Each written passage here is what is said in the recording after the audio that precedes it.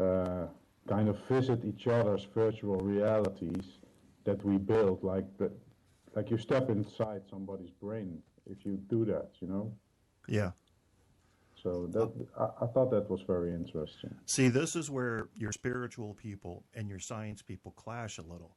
But I don't see why there's necessarily a clash. See, what I would argue from a scientific standpoint is that if I were able to step into your reality, feel all that you're feeling, including your spirituality, if that's what we're going to call it, it seems to me from a scientific standpoint that really all that spirituality is a combination of what you've done with your five senses and your beliefs, how you feel when you're feeling like you're having a spiritual experience. Why would that feel so foreign to me, even if I've never had it, if it's only composed of the five senses and what they can do and your mind and your imagination? It shouldn't feel that foreign to me. So I wonder, he thinks, from what I heard, that spirituality is really just like a big lake that we're all connected in.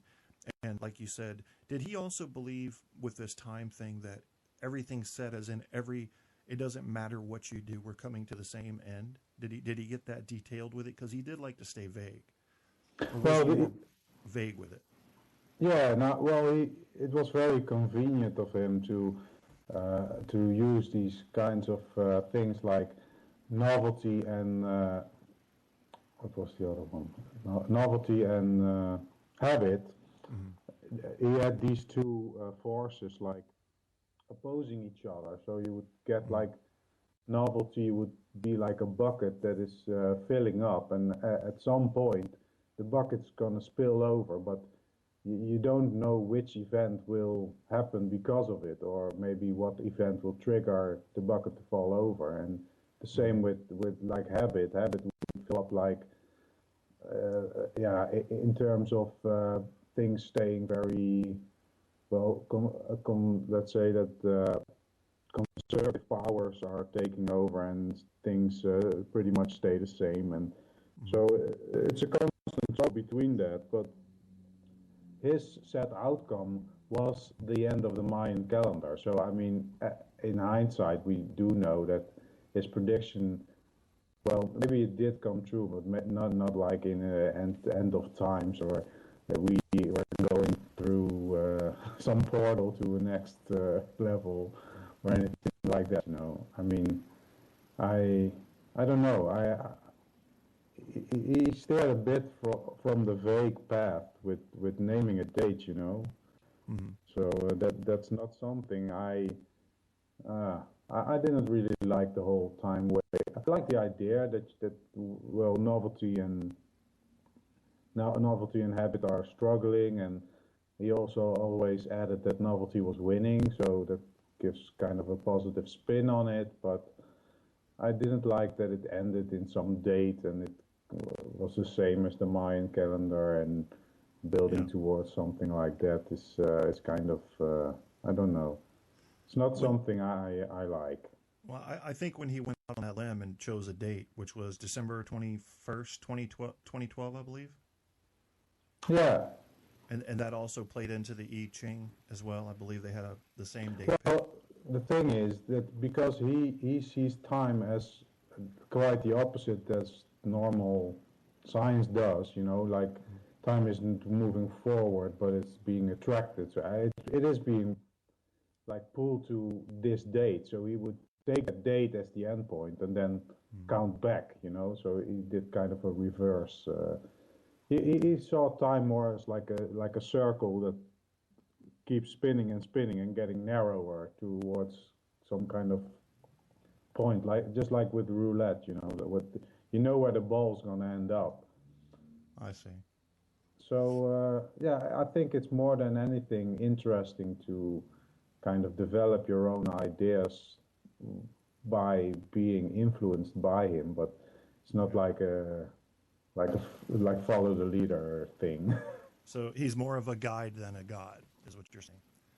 Well, for me, yes, yeah. It's not nothing. There's nothing to do with worshiping or anything like that. I'm very much against worshiping anything. I hear you. We got to talk more about your religion in the chat room. Apocalypse, Stabby McHugs is in there. Barco was in there. Stabby has just informed us that Debbie Daly on her show right now had a Bible documentary, and she passed out. And so now it's just white noise on her show. If anybody's interested in listening to the white noise over at Debbie Daly's show, you should go check that out. But for us here, we're going to keep talking shit for a while because I haven't talked to RD in a long time. And he actually goes so far out of his way as to take notes on some of the things I say. So I want to give RD a chance right here on the air, if he has his notes with him, to question me about anything he's got written down. And I'll let you grill me on it. Yeah, that sounds like a good idea. Please welcome. Anybody else wants to call in, at least among these people that I know, you're welcome to. I don't know if my bandwidth can handle it. We can try it. The Skype info is mr.mr.kevin.kierstead, just like it sounds. If you haven't added me on Skype yet, add me and call in. We'll get you in on the conversation. Apocalypse and Stabby were spending quality time together. How about that? It's good to see people make up, man. I know that at one time RD and Barco weren't getting along. At one time Stabby and APOC weren't getting along. When I don't get along with people, I get vicious, and then I just block them from everything. It's a terrible habit, I know, but it's part of my living philosophy. It's like, here's the way I look at it. We're all on a flatbed truck flying through the universe, and I'm allowed to, with modern technology, these people that I've let onto my flatbed truck, I'm allowed to push them off. It sounds vicious. They don't get hurt. They're just not on my truck anymore. That's all. So I have my little circles of friends on my flatbed truck, and I find the easiest way to deal with it.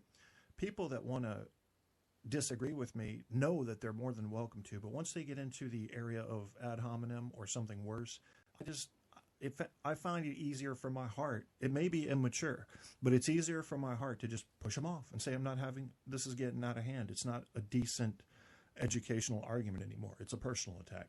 And I do the same thing. I personally attack them.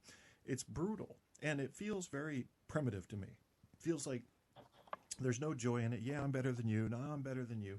I don't want any part of that. Very much a turnoff to me. But you know what happened to me, RD?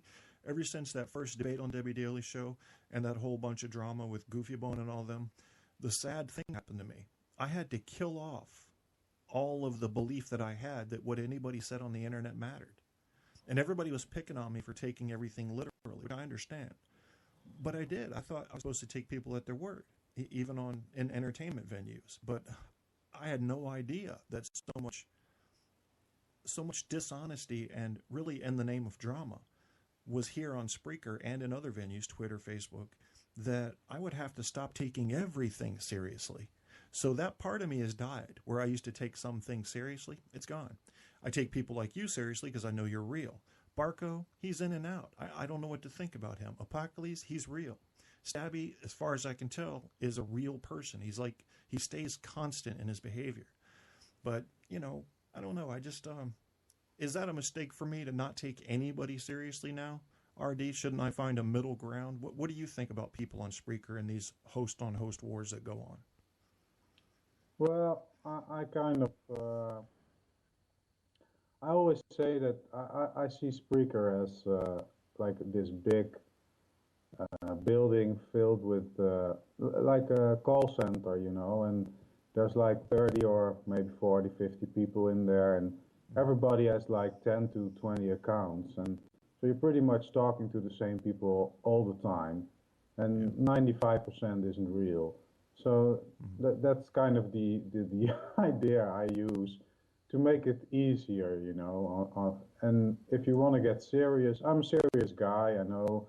I mean, sometimes Barco and me are hosting a show, and then he'll be all like, oh man, this RD is killing me, he's being too serious. But Desert Rose understands.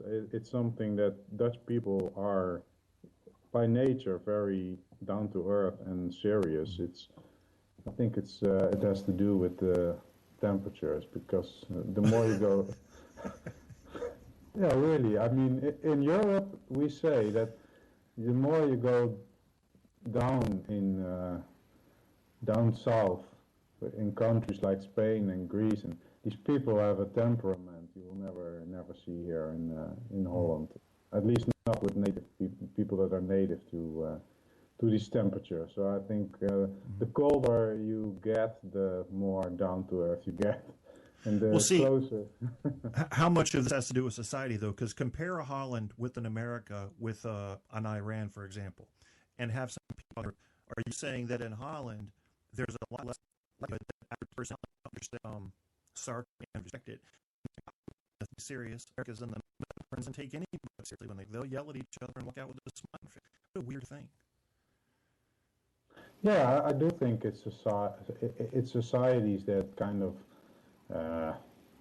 form you in this way, and I think it's all a matter of what you expect. You know, if your expectations are like with me that 95% on speaker isn't real, you're not going to be shocked to see the kind of filth that some people spew out. You know, I hear because you.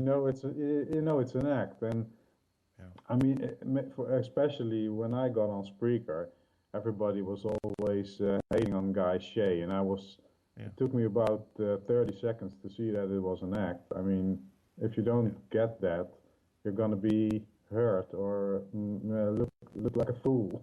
Yeah, I didn't get it at first. When I first listened to a few of Guy Shea shows, I was like, this motherfucker is evil. He hates everybody.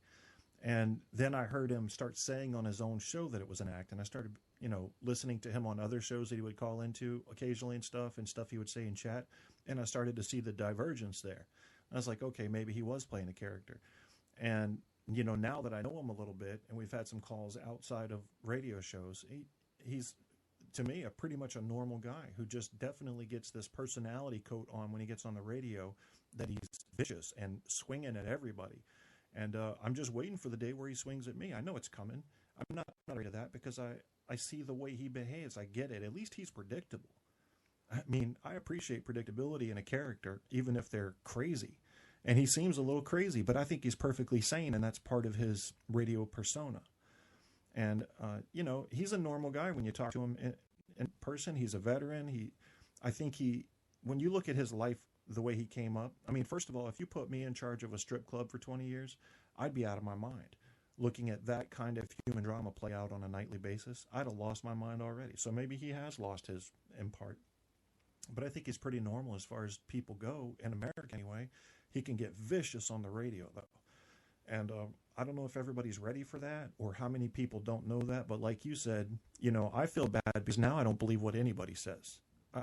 I just assume everybody's a character on the radio, and some people are being authentic. So I'm automatically discarding them where I used to automatically trust them until they prove me wrong.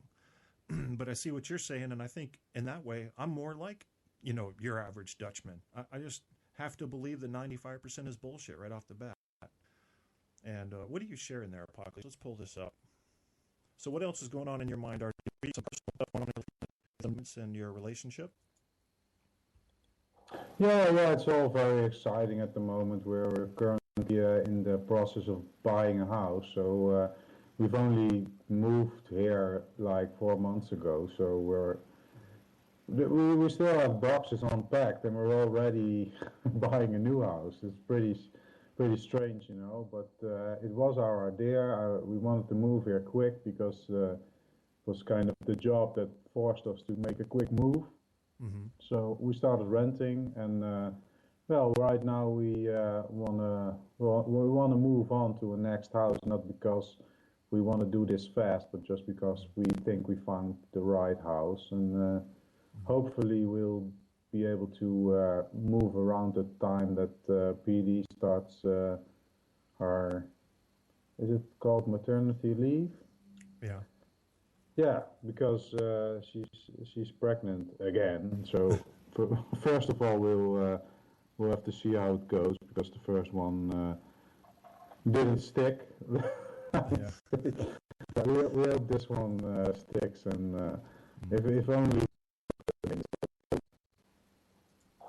So you were talking about my list, and you got into to some of it. When you said that when you think that some people react a certain way because of one of the things that I wrote down was patriotism, because that's something that I don't really get, and I think it's very, in America it's very common to be very patriotic, Yeah, it is. And I don't think it's helping us as a whole. I mean, the world